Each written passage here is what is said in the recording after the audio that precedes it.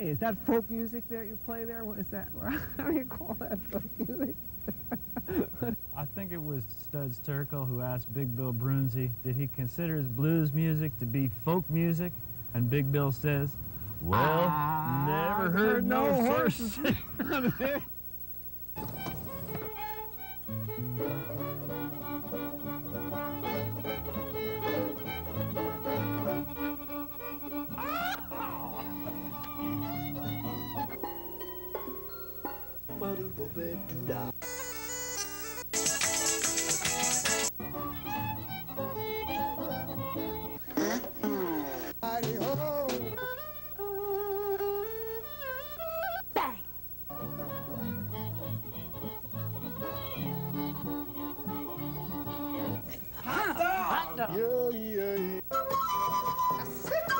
Don't hesitate. It could be your ticket to a new tomorrow.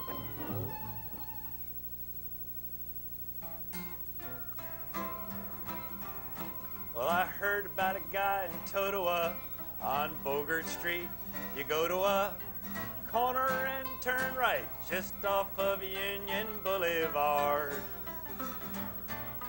A guy named Joe is sitting there with his plastic table and his folding chair under his umbrella, relaxing in his yard. And it's hey ho, waving Joe. You've been waving since long ago. Out in the rain and the wind and the snow, say hi to waving Joe. Everybody sing, and it's hey ho, waving Joe. You've been waving since long ago. Out in the rain and the wind and the snow, say hi to waving Joe. Well, folks started honking as they passed, and the rowdies thought it would be a blast to keep the neighbors up all night, honking all the time. Police blamed it on Waving Joe. They said he couldn't wave no more. All the papers and the TV crew rushed down to the scene of the crime. And it's hey ho, Waving Joe. You've been waving since long ago. Out in the rain and the wind and the snow, say hi to Waving Joe. Wave it for us, Al.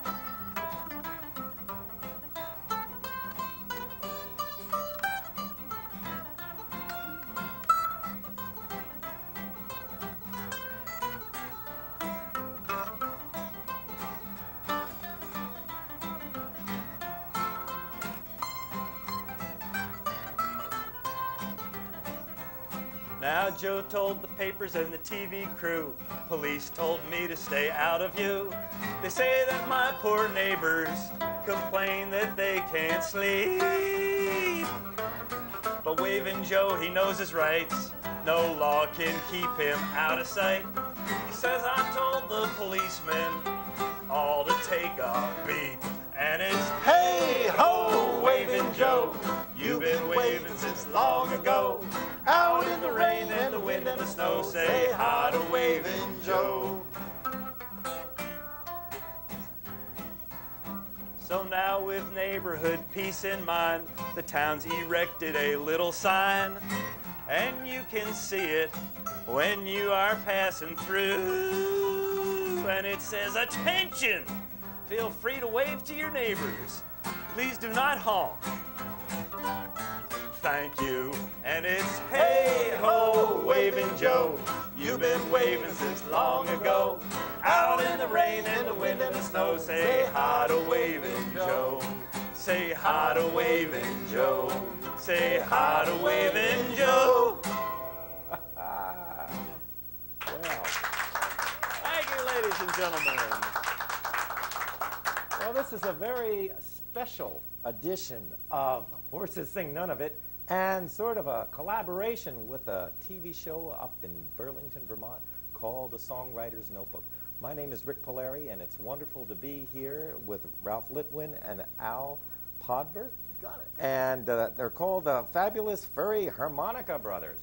And it's a great, wonderful time to sit here and listen to these kind of old kind of sounding tunes. And, you know, with new words in it. And when I was listening to it, I was thinking about how you were really fulfilling that kind of idea of the old broadside, where they would tell the news. So that's what you were doing right there, is giving, you know, a little bit of an insight into a little bit of Americana, New Jersey Americana, about this guy Waving Joe. Now, you have to tell our viewers if, did you meet Waving Joe? No, I did not meet Waving Joe. This was a product of the New Jersey Songwriters Circle. We pick a thing out of a hat, and it gives an idea for writing a song. And the idea was collaborate with somebody writing a song.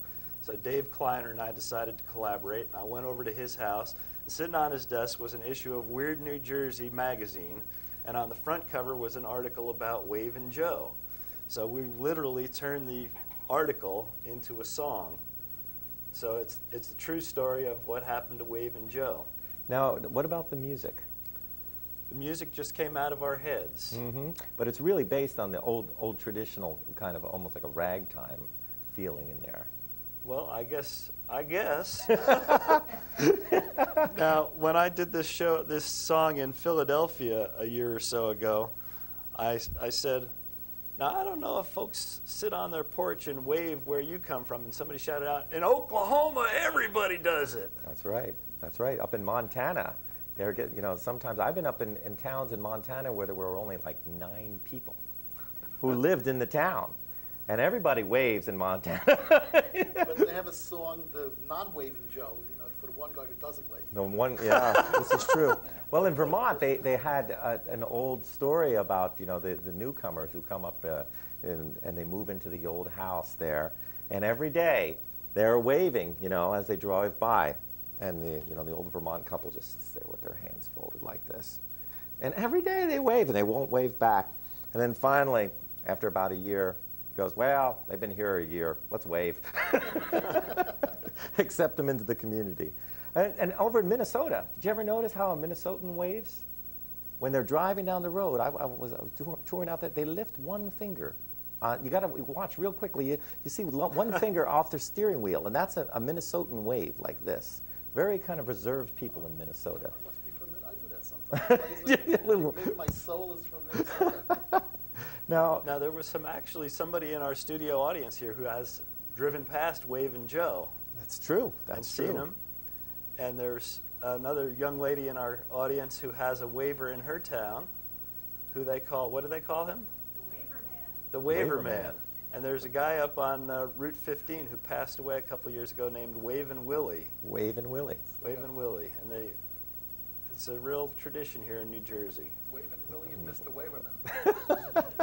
Well, I think what's really interesting about it is that it's kind of sad when we come down to only a few people are waving, that we remember who waves. Well, everybody waves back to them, though. You know? That's why they're doing a great service. They are. They're ambassadors of sorts, waving ambassadors. Waving ambassadors, yeah.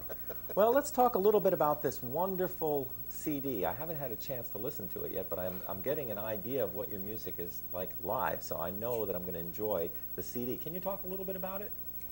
Well, it's just a coincidence that here on the same week as we're taping the 350th episode of Horses Think None of It, Al and I are releasing this CD this Saturday at the New Jersey Folk Festival where we're booked. And we actually started on this, 2 years ago we did a demo. Yeah, that's right. And then we were invited on a radio show by Irene Trudell at WFMU 91.1, WFMU.org.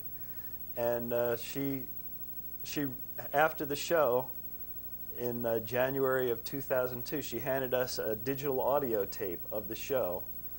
And we listened to it, and Al said, you know, we could make an album out of this. There's a lot of good material on here. So then we really started seriously working on it. Well, you know, one of the things that I'd like to do is have you do another song, and then let's talk a little bit about the origins of this program, because I'm sure that the viewers would be really interested in hearing how it all came together. Can we do that? Sure enough. Okay, Ralph, what are we doing? How about indeed. Plenty for Us All.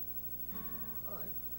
This is a song that was inspired by Buckminster Fuller and his work on the World Game, and it's dedicated to the Earth Charter, which you can find out at earthcharter.org. And I'll just let the song speak for itself. I haven't got enough money, enough time, enough love, enough energy to live out my dreams. When that's how I'm thinking, could drive me to drinking. But I'm just not a drinker, it seems. Enough is a thought I create in my mind about just what will satisfy. And satisfaction's a feeling that can seem to elude. We each know our own reasons why, but there's plenty for us all. I can hear the future call. Plenty to share, plenty to keep. When we could heal a fear so deep, we've clung to our belief that there's not enough, and it's made living so rough. Just to let it go, could that be so tough? I've seen all the research, and the conclusion is clear. There's plenty to go around for each living being in our Earth family. The answers are there to be found.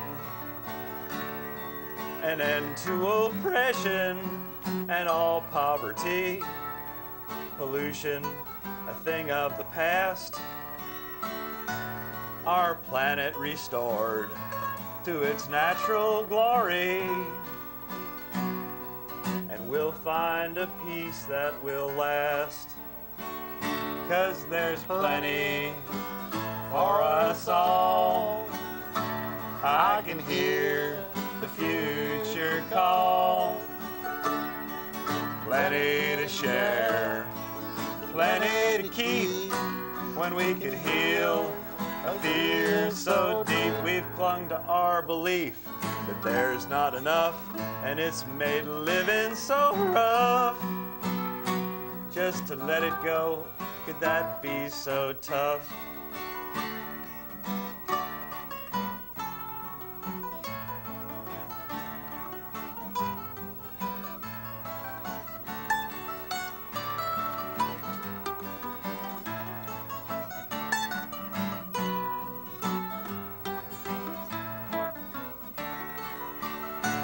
Yes, when we believe, we act like it's true, and our actions will have their effect. When we believe there's not enough, we might hoard and compete. Persecution and wars could seem correct. But when we believe in a bountiful world, cooperation and sharing seems fine. We can see all the answers to our world's tragedies. Lord, feels good in your mind. Yes, when I believe in a plentiful world, it's a thought that can take me quite far. When I believe there's enough, I could unload my stuff and hitch my dreams to a star. 'Cause there's plenty for us all. I could hear the future call. Plenty to share, plenty to keep. When we could heal a fear so deep, we've clung to our belief that there's not enough, and it's made living so rough. just to let it go. Could that be so tough?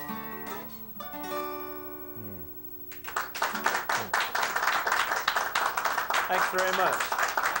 Well, Happy Earth Day. Happy Earth Day. That's Yeah, right. right around the corner. And Yeah. please go to earthcharter.org and check it out and sign up as an endorser of the Earth Charter. I think it's a really great organization doing great work. You know, that song really kind of sums up, probably you don't even think about it, but it sums up a philosophy that's deep inside of you. That's why you're doing this program. Is, you know, you loved this music and you wanted to share it. Exactly. And you can't always wait for somebody else to start the ball. You know, you have to take that risk and jump. And that's what you must have done years ago. So how did it all come together, Ralph? Well, I had the idea for a show, and I got a camcorder, and I went around to festivals where I was playing and where groups of musicians were, and I shot people, and I put together a demo, and I sent it around to all kinds of TV stations and tried to get people to put it on the air. Nothing. Then a couple years went by, and my friend Lou Gelfond, who's in the opening montage there with the horses, was invited to be on a cable TV show that was done at Video on the Go in Parsippany. And he talked with the director, and they tried to work out a date, and he actually was never on the show. But in conversing with the director of the show, the guy said, "Do you know anybody who wants to produce a music show? Because we're looking for somebody. The Rock and Roll Housewife is leaving, and we need somebody to produce a television show about music." And Lou said, "I know just the guy." And that was me. And that's the way it started. And the ball just kept rolling from there. Well, you know, I've known you, Ralph, for a long time. Back when I was producing the Festival of Blueberries, back in the 1970s, the late 1970s, I would see you with your banjo, and you know, you always had such a welcoming way about you, and the love for your music always came through. And so it was a natural kind of progression of taking that idea and bringing it to the next level. And now you've had, how many guests have you had now? You've had 350 shows, but on those shows, have you had multiple guests, or were they single guests? Some guests were groups, and some guests were on more than one show. So I couldn't give you an exact count without going through some major calculations.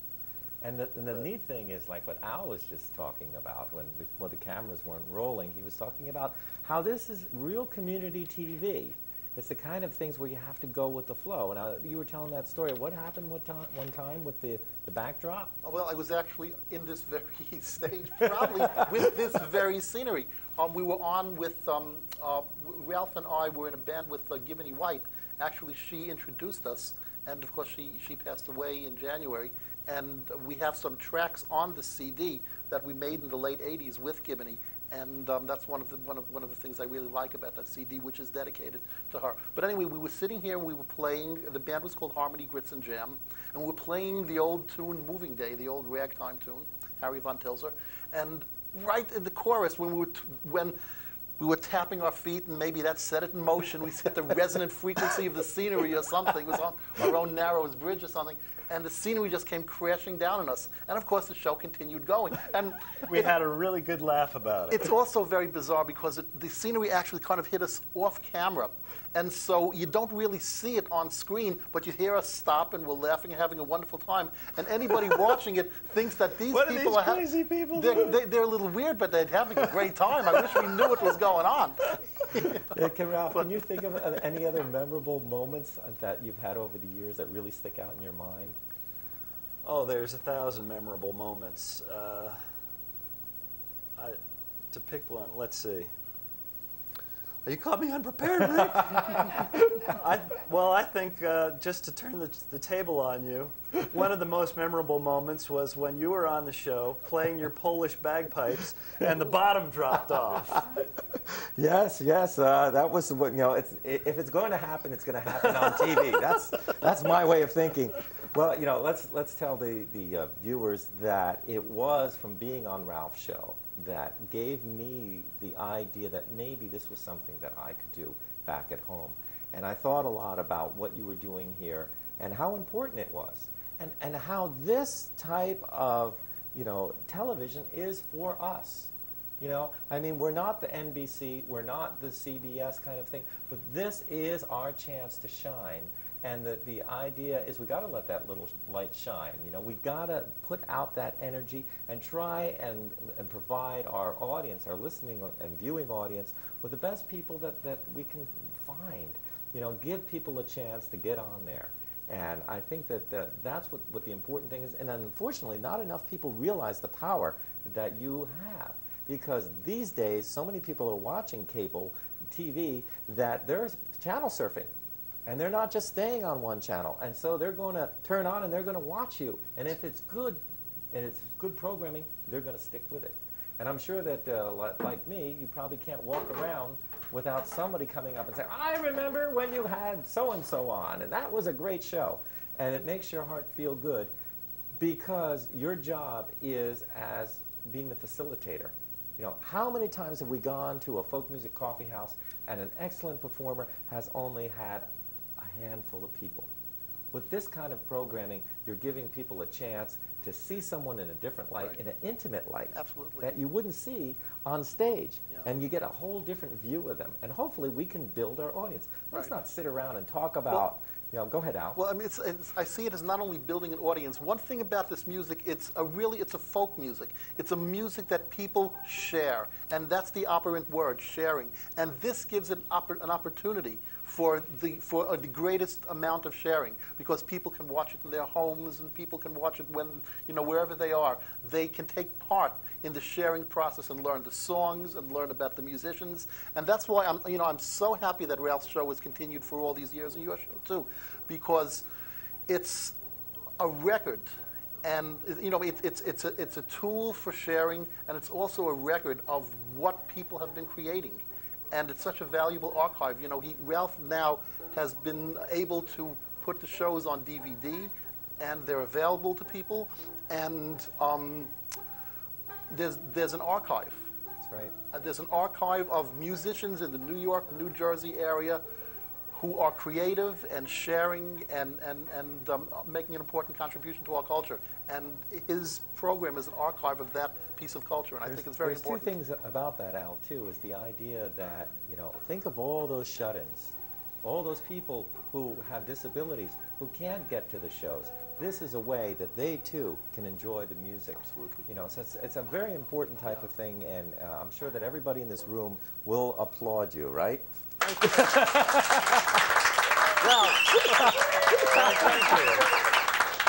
All right, why don't you play a song? Okay, let's tell people they can find out about this album at www.ralphlitwin.com. All right, we can tell them that, Ralph. And because we're running out of time, actually. Okay. We're getting down to the end So here. they can get more information about this particular CD and other And others. projects. And if they want to go there and they sign on my email list, they'll get information about where we'll be playing. And there's a link to the TV show schedule there too. Right. So everybody take a look and scout out and get a copy of this CD to enjoy. Now this is a song that was inspired by a dream I had when I was a kid. And it was a very vivid dream, and I always remembered it as being significant. And the song tells the story of the dream. When I was a boy, one night in my sleep, I had a dream that made a story I could keep. I still don't know its meaning, or if it helps me cope, but the images in my dreams sometimes can fill my life with hope. And I see 2 red moons in a starry sky from a mountain top of love. An arbor of 8 sides is hovering up above, hung with strange fruits of seasons. The glory I can see and a circle of monks with big bald heads, communing cosmically with me. When the dream began, I was shipwrecked on the shore with a group of people. There was 10 or more, living in the caves of the cliff that faced the sea. I strolled around the island, exploring, feeling free. There was a favorite hilltop where I loved to go. One grand old tree, a grassy field, a place I grew to know. One day I found a pendant there on that grassy ground. Unique design and metal was this object that I found. I knew that this pendant had not been there before, nor did it belong to anyone from our group on shore. After all this time here, I had now been shown a mysterious message that we were not alone.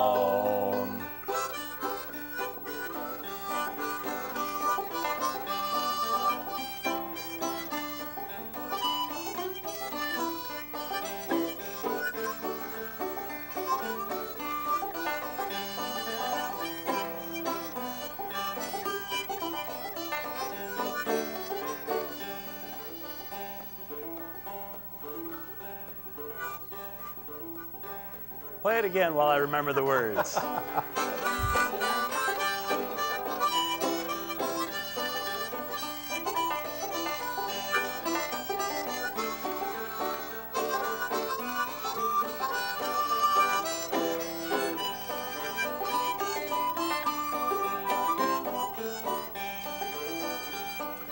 I returned there often in the hopes that I would find the secret benefactor whose pendant made a sign.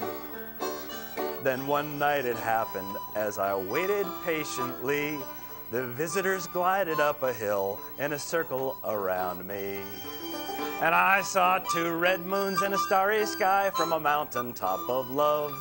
An arbor of 8 sides is hovering up above, hung with strange fruits of seasons, the glory I can see, and a circle of monks with big bald heads, communing cosmically with me.